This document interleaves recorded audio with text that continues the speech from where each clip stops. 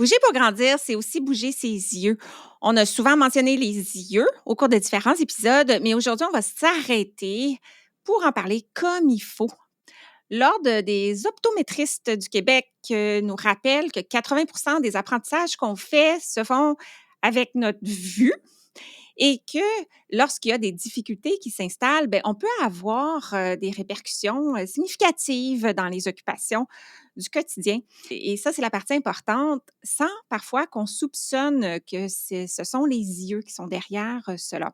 Des petites statistiques, il semble que 60 des enfants qui présentent des difficultés en lecture et en écriture ont des problèmes de vision derrière ça, dont une partie sont liées au mouvement des yeux. Ça serait notamment 1 sur 10 enfants qui a de la misère à coordonner ses yeux selon une étude.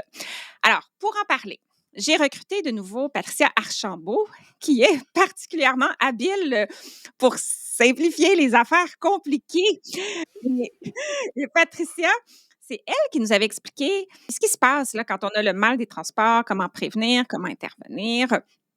Alors, si vous n'aviez pas écouté cet épisode, vous la connaissez peut-être pas. Alors, je prends un instant pour rappeler qu'elle a été formée au Québec en ergothérapie, mais qu'elle réside maintenant en France et qu'au quotidien, elle est conférencière, formatrice dans le domaine du neurodéveloppement. C'est ça, c'est Patricia qui nous accompagne aujourd'hui. Et au cas où tu aurais une incertitude, peu importe que tu sois ergothérapeute, enseignante, éducatrice, parent, l'épisode d'aujourd'hui, je te le dis, il est pertinent. Prends le temps de l'écouter jusqu'à la fin. Et sur ce, je te souhaite bonne écoute. Et juste au cas où ceci est ton premier épisode, Bouger pour grandir est conçu pour stimuler les réflexions et répondre aux questions des professionnels de la santé, de l'éducation et bien sûr des parents qui accompagnent les enfants dans leur développement moteur, mais pas que. Et moi, je m'appelle Josiane Caron-Santa, je suis ergothérapeute québécoise, canadienne, formatrice internationale dans le domaine du développement de l'enfant, autrice du livre Bouger pour grandir, le petit cousin du podcast et surtout passionnée de faire connaître la facette pédiatrique de mon métier, l'ergothérapie. Sans plus tarder, poursuivons avec l'épisode d'aujourd'hui. Salut Patricia! Salut ma chère Josiane! Après les petites difficultés techniques qu'on a surmontées, on est prêt à jaser d'oculomotricité. Voilà, nous sommes prêtes. Alors, moi, j'aime ça, accrocher les nouveaux apprentissages à ceux qu'on connaît déjà, particulièrement quand c'est quelque chose de compliqué. Parlons motricité. Donc, si je veux accrocher le sujet d'aujourd'hui, je dirais que la motricité globale concerne les gros muscles du corps. La motricité fine, les petits muscles du corps. La motricité orale, les muscles de la bouche, des lèvres, dans cette région-là. Et la motricité oculaire, ben maintenant, c'est la motricité des yeux. Donc, on parle de motricité, on parle de muscles. Alors, peux-tu nous en dire davantage sur les muscles des yeux? Il y en a combien? Comment ça marche, là? Vas-y. Oui, ben en fait, c'est un sujet qui est hyper pertinent, puis je te remercie Josiane que justement on ait la chance de poursuivre un podcast ensemble aujourd'hui. Parce qu'effectivement, ça va venir affecter, comme tu mentionnes, plusieurs aspects au niveau du fonctionnement, je voulais dire des enfants, mais de tout humain là, au quotidien. Et donc, on pense tout le temps effectivement motricité globale, motricité fine, motricité orale, tu sais, un peu après, mais motricité oculaire, on a tout le temps tendance à l'oublier. Et moi, je le rappelais à mes stagiaires, je le rappelais à mes employés qui étaient ergothérapeutes. C'est hyper important, donc je suis vraiment ravie d'en parler avec toi aujourd'hui. Et donc, ce qui va permettre la mobilité oculaire, d'abord, c'est le système oculomoteur. Le système oculomoteur, ça a pour but d'assurer justement cette mobilité des globes oculaires et de la fixation aussi visuelle, qu'on va voir un peu après. Et donc, le système oculomoteur est basé sur 6 muscles oculomoteurs qui sont responsables des mouvements des yeux. Tu voulais-tu nous donner les noms? Oui. Donc, on a d'abord le droit latéral qui est vers l'extérieur, le droit médial qui est vers l'intérieur, on a le droit supérieur en haut vers le sourcil, le droit inférieur qui est en dessous, et on va avoir le petit oblique qui est en dessous, qui va nous permettre les mouvements diagonaux, OK, l'oblique inférieur, et on va avoir l'oblique supérieur ou le grand oblique qui va être en haut, qui va permettre les mouvements diagonaux aussi. Je résume. Donc, on a 4 droits qui font en fait les 4 points cardinaux et 2 obliques qui sont du côté interne, du côté du nez. Donc, 6 muscles sur chaque œil, 12 muscles en tout. C'est ça? Exact. Et ce sont les muscles les plus petits, je pense, hein, du corps humain. Effectivement. Mais par des nerfs oculomoteurs, il y en a trop pas quand même qui vont venir régir ça. Et tu te dis: «Mais pourtant, c'est des si petits muscles». Oui, mais ils sont tellement importants. Puis on va voir plus tard à quel point, justement, ça va venir jouer sur plusieurs aspects de notre fonctionnement au quotidien. Est-ce que tu les nommerais les 3 nerfs pour probablement les personnes qui nous écoutent qui aimeraient avoir cette précision-là? Ouais. Et donc, au niveau des nerfs crâniens oculomoteurs, bon, on a le nerf oculomoteur déjà d'emblée, Oui. mais aussi on a le nerf trochléaire et le nerf abducens. Juste pour vous donner une idée, le nerf trochléaire, c'est celui qui nous permet le mouvement un petit peu plus en convergence vers le nez, tu sais, quand on regarde notre nez. Tandis que le nerf abducens, c'est celui qui permet l'abduction de l'œil, donc c'est le mouvement latéral vers la tempe. Et le nerf oculomoteur va permettre d'innerver les muscles, qui va permettre l'ensemble des autres mouvements. Mais déjà, quand on se dit c'est les plus petits muscles, hein, du corps humain, régis par 3 nerfs crâniens, on se dit: «OK, il y a quand même une bonne importance ici, là». Oui, vraiment. Puis dans un instant, on va commencer à parler des différents mouvements que peuvent faire les yeux, mais toujours dans un contexte d'attacher les informations les unes aux autres et d'éviter la confusion. Est-ce que ça serait intéressant, Patricia, qu'on installe la notion, le sujet de l'oculomotricité face à celui de la vision, qui est à quoi on pense quand on pense à l'utilisation des yeux? Ouais. OK, vas-y donc avec la vision, la vue. La vue, c'est la capacité à recevoir les stimuli visuels de ton environnement. Que je parle au niveau des formes, de la luminosité, les couleurs. Pour moi, c'est un ensemble, c'est un tout qui va être amené après au niveau du cortex visuel. OK. Puis les muscles, eux autres, le système oculomoteur, comment ils fit avec ça? C'est ça. Fait que la vision, c'est l'aspect global. Et la vision est permise grâce au système oculomoteur qui permet l'oculomotricité. Donc, tu sais, on est vraiment à la fois dans le sensoriel et dans le moteur ici. C'est ça. Et l'acuité visuelle, Mmh. c'est quoi cette partie-là? L'acuité visuelle, c'est typiquement qu'est-ce qu'on va faire évaluer quand on va chez, l'optométriste ou l'orthoptiste ici en France. Donc c'est vraiment le critère de la bonne vision, OK?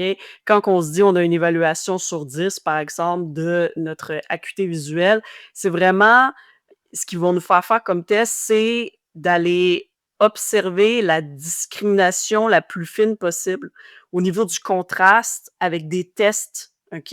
Pour aller voir, est-ce qu'on est en mesure de discriminer adéquatement l'information avec typiquement toutes les lettres en grand, en plus petit, jusqu'à temps que ce soit plus petit. Est-ce qu'on est capable de bien identifier, ce qui est présent devant nous?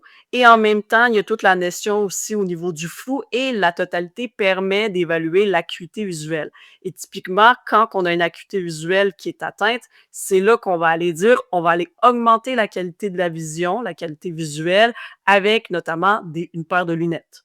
Donc, on pourrait être myope parce qu'on ne discrimine pas très bien ce qui est loin, ou on pourrait être hypermétrope quand on ne discrimine pas assez bien ce qui est proche. Puis ça se corrige avec lunettes ou autres, des verres, des choses comme ça. Des verres de contact, et cetera. Ouais. Exactement. Puis c'est important de le dire parce que quand on est dans l'oculomoteur, les lunettes ne vont pas nécessairement pouvoir corriger ça. Exact. Parfait. Alors, allons-y, plongeons au cœur de notre sujet. Est-ce qu'on peut les décrire, les différents mouvements que font les yeux? Mmh. Parce que ça a des noms concrets, hein?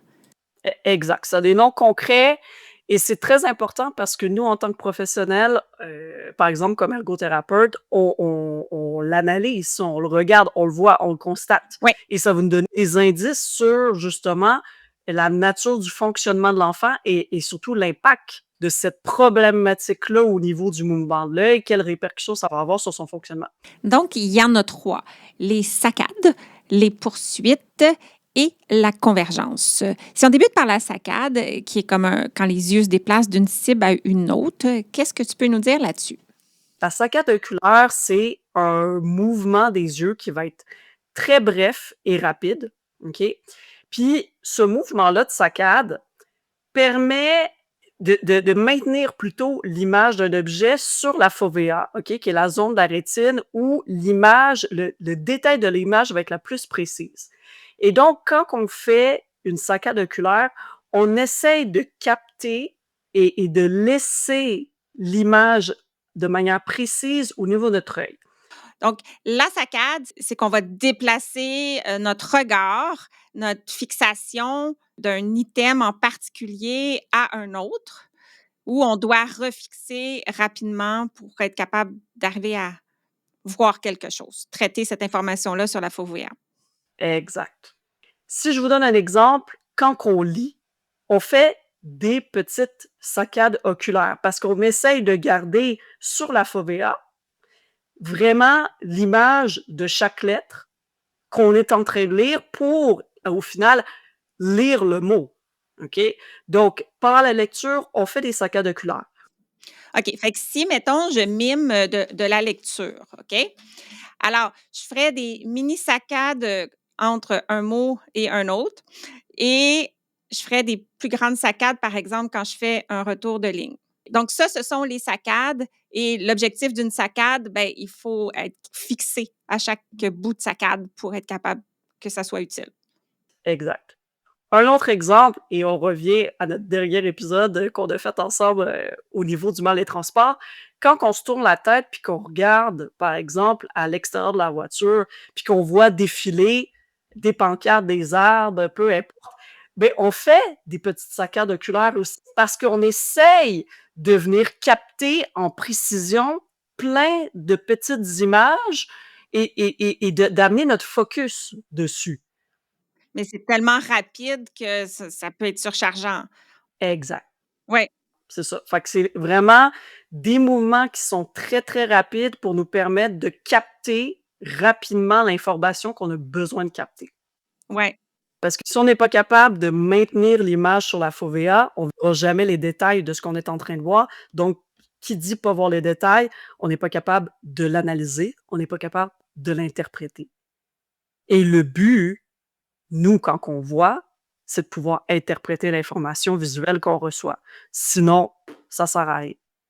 Ça me tentait qu'on ajoute un peu l'aspect saccade volontaire et involontaire. Donc, la saccade peut être volontaire quand je veux regarder quelque chose en particulier. Je veux cibler le ballon qui vient de passer d'un ami à l'autre dans le gymnase, mais ça peut être aussi involontaire. Donc, si soudainement, il y a un autre ami dans le gymnase qui vient de crier Hey! Que là, mes yeux sont supposés rester sur le ballon, mais involontairement, mon attention s'est dirigée vers quelque chose qui pourrait être potentiellement importante et que le, ça fait des liens avec l'attention. Donc, la capacité d'inhiber les saccades involontaires qui ne sont pas pertinentes à ce que je suis en train de faire. Tout à fait. Puis ça, c'est sûr que ça va venir jouer. Tu sais, on est dans le domaine aussi du système nerveux autonome, tu sais, c'est effectivement, c'est super intéressant. Puis, heu, on va en parler après, mais d'observer le mouvement des yeux des enfants, ça nous en dit long sur qu'est-ce qui se passe à l'interne aussi.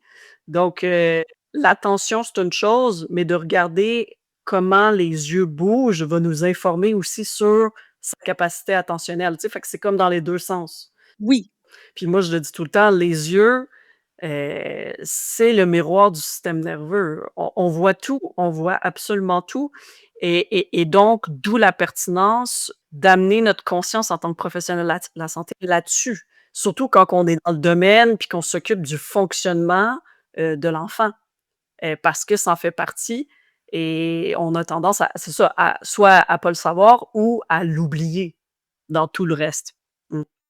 oui, et on ne peut pas passer à côté. Quand on accompagne un enfant, De là, l'intérêt, la pertinence, quand je disais pour les ergothérapeutes, les intervenants qui nous écoutent, mais on ne peut pas passer à côté non plus comme enseignant parce que ça se peut qu'on soit le premier à dépister ça et ensuite diriger l'enfant vers un professionnel. Même chose pour les éducatrices, si on peut le voir quand l'enfant est tout petit, Voilà. avant qu'il entre à l'école et qu'il soit confronté à l'apprentissage de la lecture et de l'écriture, très pertinent.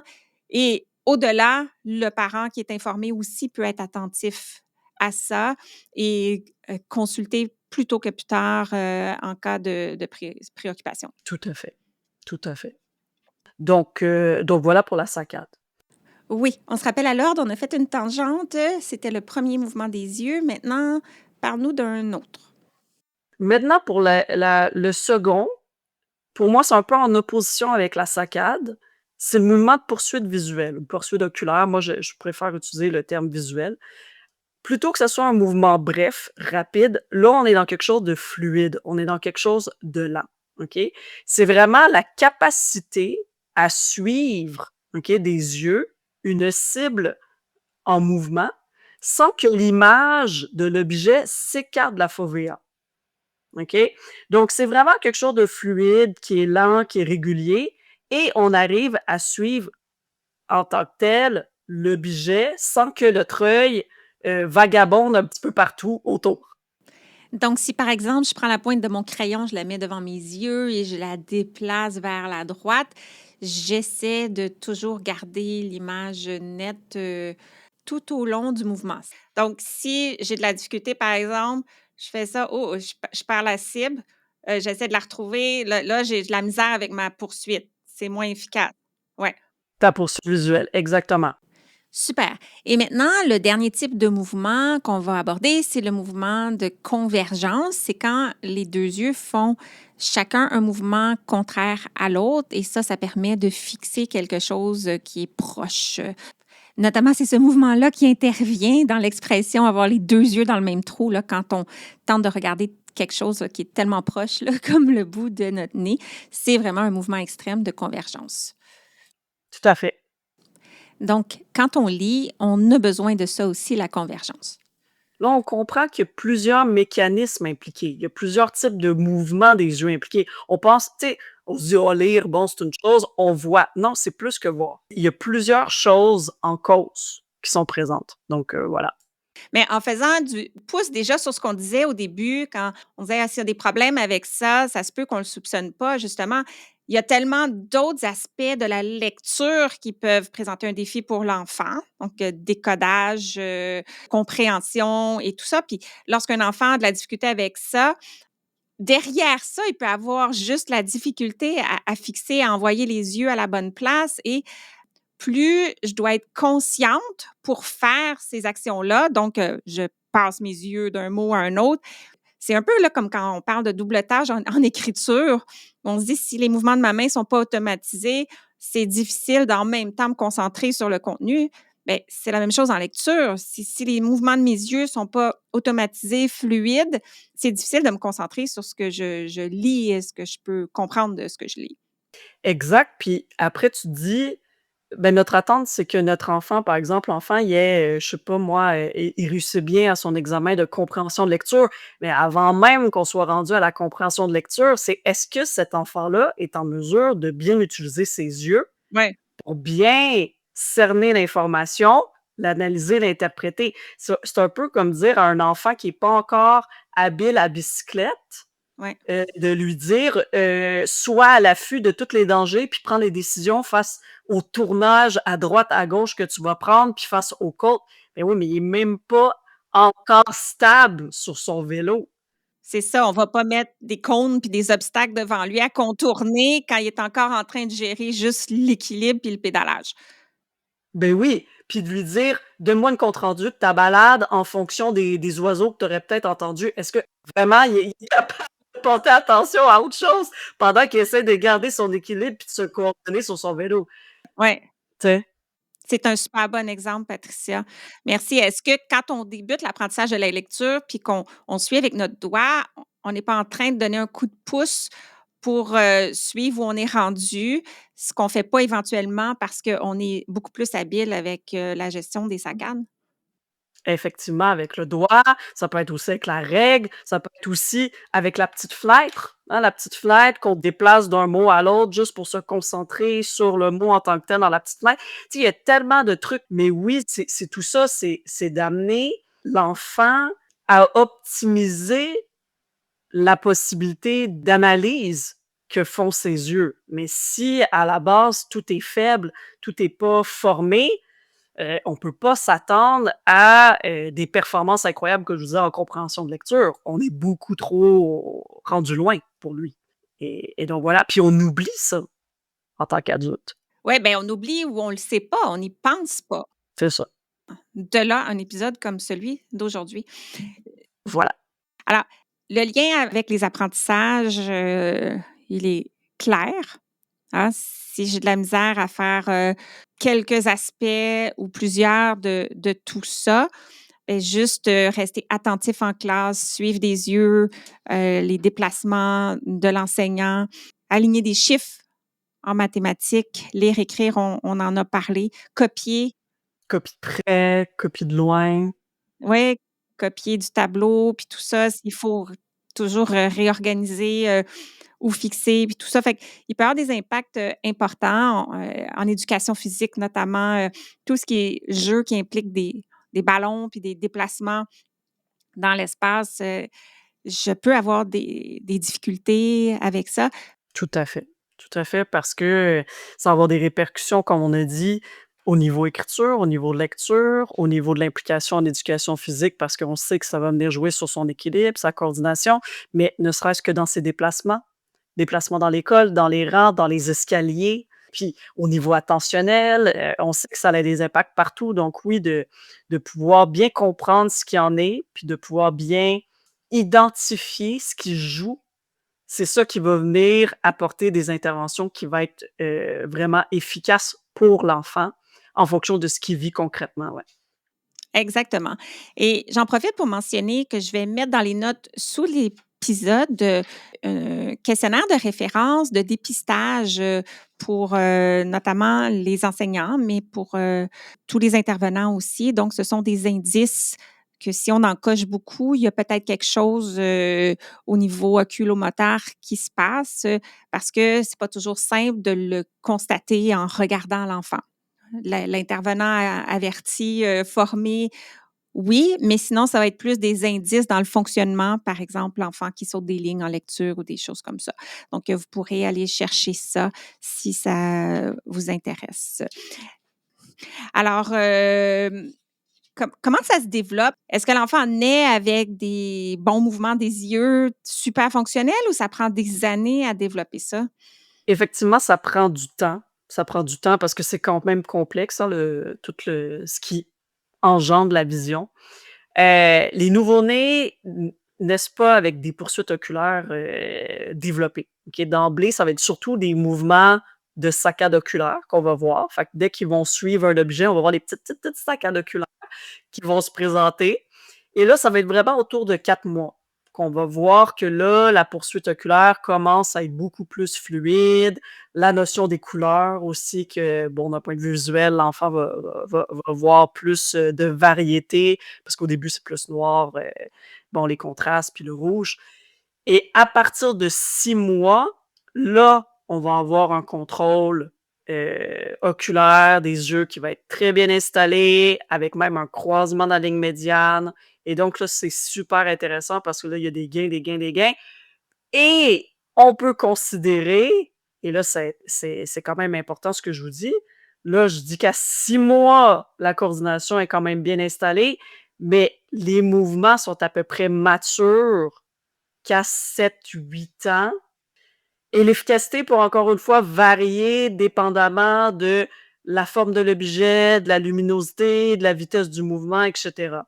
Et donc, entre 6 mois et 7, 8 ans, il va y avoir plein d'aspects qui vont se développer et notamment l'ordre aussi des mouvements au niveau des poursuites visuelles, hein, parce qu'on a des mouvements, visuels horizontaux, on a ceux verticaux, on a les diagonaux, on a ceux en cercle, on a ceux de près, de loin, on a ceux en tridimension. Donc, et ce qui est intéressant là-dedans, c'est de voir que c'est jusqu'à 7-8 ans que l'enfant va développer cette maturité, hein, au niveau visuel, au niveau oculaire et tout, heu et ça coordonne étrangement avec le moment où ce qu'ils commencent les enfants à apprendre à lire et à écrire. C'est bon à retenir. Puis il y a tout l'aspect dissociation avec la tête. Quand on demande à un tout petit, ben peut-être, par exemple 4, 5, 6 ans, de suivre une cible des yeux, souvent il va tourner la tête en même temps et cette capacité-là, ça s'installe beaucoup plus jeune, mais ça devient vraiment plus efficient de bouger juste les yeux sans bouger la tête quand je vais lire et quand je vais écrire aussi. Puis ça aussi, ça prend du temps à s'installer. Quand on pense juste aux étapes développementales, tu sais, un enfant, techniquement, si tout va bien, arrive à contrôler sa tête à 4 mois. Mais si pour X, Y raison, ça arrive à 8 mois, j'invente là, 4 mois après, ben oui, ça va avoir un impact après. Si le cou est pas dissocié, les yeux, tout ça, les épaules, il va avoir toute une série de répercussions en tant que telles et donc c'est intéressant à garder en tête, effectivement. Tu nous as parlé du développement. C'est quoi les facteurs qui pourraient influencer ce développement-là? Est-ce qu'il y a des pratiques, dans le développement qui peuvent favoriser que ça se passe bien, ou nuire, au développement oculomoteur? Mmh. C'est sûr que, bon, j'en ai parlé tout à l'heure, certaines étapes développementales clés vont permettre une belle dissociation de l'œil par rapport au cou, par rapport aux épaules, bon, par rapport à tout ça. Si l'enfant a été mis beaucoup sur le dos versus a pu explorer son environnement dans diverses positions, autant sur le ventre, sur le dos, sur les côtés, puis ramper et etc. Mais il faut pas mettre de côté aussi ce qui se passe plus tard, même des fois beaucoup trop jeune, c'est toute la notion d'écran aussi qui va venir jouer. Parce que Oui. dans Oui, oui, le oui. domaine de Oui, l'écran, ce qu'il faut comprendre, si on reste dans le domaine strictement de l'oculomotricité, c'est que oui. l'enfant est fixé sur un écran à X mètres de lui. Mètres ou centimètres? J'ose pas dire centimètres, mais bon, ça arrive. Et là, dans ce cas-là, ben, on n'est plus dans du tridimensionnel, on est dans du 2D et on est fixe. Donc, pendant ce temps-là, est-ce que l'enfant fait des poursuites visuelles? Non. Est-ce qu'il fait des saccades oculaires? Peut-être un petit peu. Mais est-ce qu'il est en train de développer son oculomotricité dans son entièreté? Certainement pas. On est dans quelque chose de complètement passif Oui. pour l'œil. Et donc, oui, ça va avoir un impact et ben, on va voir que, puis c'est pas pour rien que plusieurs études démontrent à quel point il y a un impact au niveau de l'oculomotricité, mais au niveau de l'acuité visuelle en tant que telle, hein, il y a de plus en plus d'enfants qui portent des lunettes Oui, oui. et oui, on va le voir assurément dans leurs résultats, aussi académiques, que ce soit dans tout ce qui est, tâches de lecture, écriture, ça va avoir un impact. Mmh mh. Oui, parce que juste au niveau de la convergence puis de la fixation, quand je regarde un écran de télévision, c'est toujours, fixe, comme tu dis. C'est ça, c'est fixe, c'est devant soi et c'est en 2D. Donc on n'est pas dans quelque chose qui a une notion de profondeur, qu'on a tout le temps besoin de faire un petit peu d'accommodation, qu'on regarde des détails à droite à gauche. Non, c'est comme un ensemble fixe à X mètres ou X centimètres de nous. That's it. Et là, ça vient jouer. On le dit tout le temps sur le podcast, l'enfant a besoin de bouger pour grandir dans son corps, dans son cerveau. Fait qu'il doit bouger ses yeux beaucoup pour faire grandir les mouvements de ses yeux et jouer dehors, notamment, ben je regarde loin, je regarde proche, je regarde de côté, mon attention est attirée sur toute chose. Donc c'est important d'avoir beaucoup de motricité libre, beaucoup de contexte, de distance à considérer pour les yeux, pour que ces mouvements-là, ils ont besoin de s'exercer pour que ça se développe, comme le reste des autres motricités. Exact. Parce qu'il y a beaucoup de parents, des fois, qui me mentionnent, mais en étant devant un écran, il y a de la stimulation visuelle. Oui, mais il y a beaucoup de lumière bleue, il y a beaucoup aussi de couleurs très, très fortes. Il y a des mouvements qui sont beaucoup trop rapides et bref, ça ne reflète pas ce qui est présent dans la réalité et ce pourquoi les yeux sont faits à analyser. On est fait à analyser certains types de lumière, certains types de mouvements, mais pas ce qui est fait artificiellement et ce qui est projeté vers nous sur un écran et surtout pas sur une longue durée. Tout à fait. Je pense qu'on a été vraiment bien sensibilisés à l'importance de s'intéresser au système oculomoteur, à la nécessité d'en savoir un petit peu plus. Euh, quand est-ce qu'il faut référer les enfants? Quand est-ce qu'il faut consulter? Et l'importance, dans le fond, du dépistage. Qu'est-ce que tu nous dirais là-dessus, Patricia?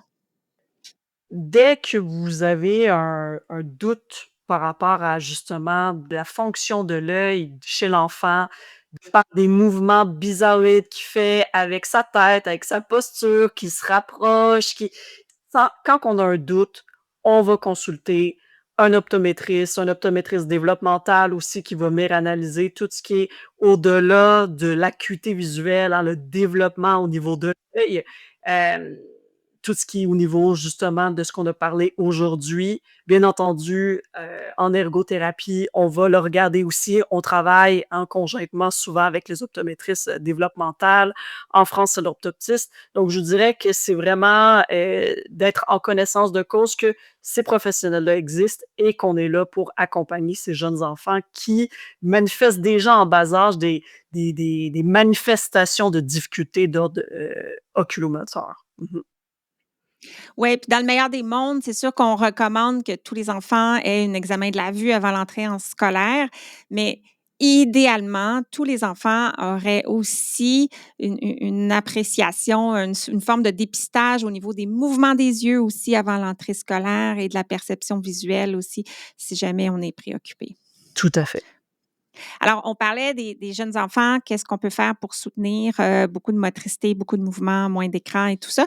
Puis si on veut s'amuser avec les enfants un petit peu plus grands à faire bouger les yeux, qu'est-ce qu'on peut faire là, pour stimuler des poursuites, des saccades, des jeux de tous les jours? Donne-nous des idées. Il y a plein d'activités qu'on peut faire d'ordre visuel. Je pense que tout le monde connaît les fameux cherche et trouve, les trouver Charlie, trouver les différences ou les erreurs. Tout ça, c'est des jeux qui font partie hein, de petits cahiers qu'on est, depuis qu'on est tout petit, en tout cas nous, dans les années 80-90, mais qui sont encore d'actualité. Sinon, tu sais, aussi de relier des chiffres, de faire des labyrinthes. Ça, c'est tout le temps des jeux qui demeurent intéressants. Sinon, aussi, ça peut être des activités. Par exemple, on a une marionnette à doigts, puis on demande à l'enfant hein, de suivre la marionnette. En fait, ça concerne un petit peu plus les enfants plus jeunes, mais c'est quand même quelque chose de super intéressant. J'avais même aussi, tu sais, par exemple, en clinique, un circuit avec une bille. Et là, l'enfant doit suivre la bille, par exemple. Euh, et donc, c'est comme des activités comme ça qu'on va mettre en place pour aller travailler vraiment l'ensemble des mouvements de l'œil, donc aussi les nerfs crâniens. Euh, et puis voilà, tu sais, c'est des...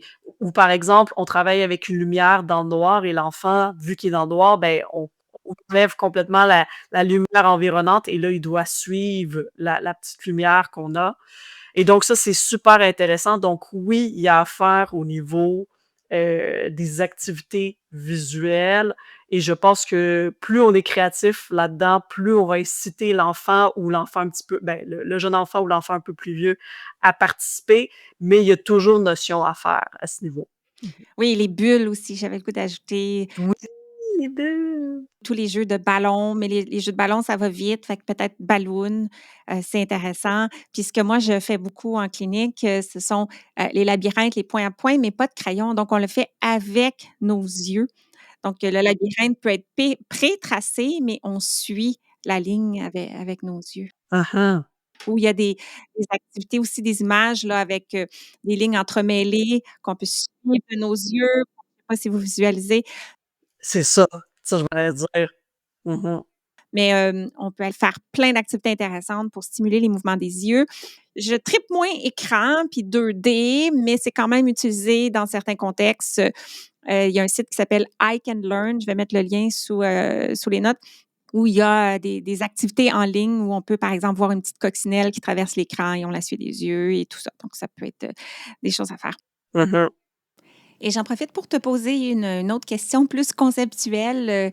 parce que sur ce site-là, il va y avoir aussi beaucoup d'activités de perception visuelle. Alors, tantôt, on avait défini vision, on a défini oculomotricité, puis la perception visuelle, comment elle s'inscrit dans tout ça? La perception visuelle, dans le fond, c'est le processus par lequel le cerveau va venir interpréter l'information visuelle perçue par nos 2 yeux pour donner un sens. OK? Par exemple, moi, je me mets en face de toi, Josiane, puis au sol, il y a un 6, le chiffre 6. Bon, fait que moi, je vais te dire, ben, Josiane, ce que je vois, moi, c'est un 6. Et toi, de ton point de vue, tu vas te retourner, puis toi, tu vas être en face de moi, tu vas dire, ben non, mais Patricia, moi, ce que je vois, c'est un 9. OK, intéressant, parce qu'on a une différence de perception. Et là, si en plus on est dans le domaine de la vision floue, voire des fois la vision double, hein, dans la diplopie, par exemple, ben là, je vais voir 6-6, toi, tu vas voir 9-9. Donc là, on va pas parler de la même chose. Ça va venir créer aussi une dissonance dans nos discours. Mais pourquoi? C'est juste une question de perception ici. Mais là, tu as mentionné le mot diplopie, qui est le diagnostic du médecin, de l'optométriste, donné à ceux qui ont une vision double. C'est quoi les autres diagnostics, là, si on les survole, qui peuvent avoir un impact sur les mouvements des yeux? Notamment, il y a le strabisme. Donc, vous avez peut-être déjà entendu parler du strabisme convergent, divergent.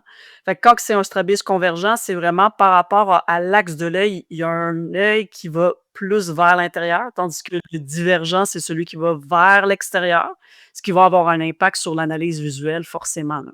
Justement, c'est une des causes de vision double parce que les yeux se sont pas dirigés dans la même direction, donc ont de la misère à voir la même chose.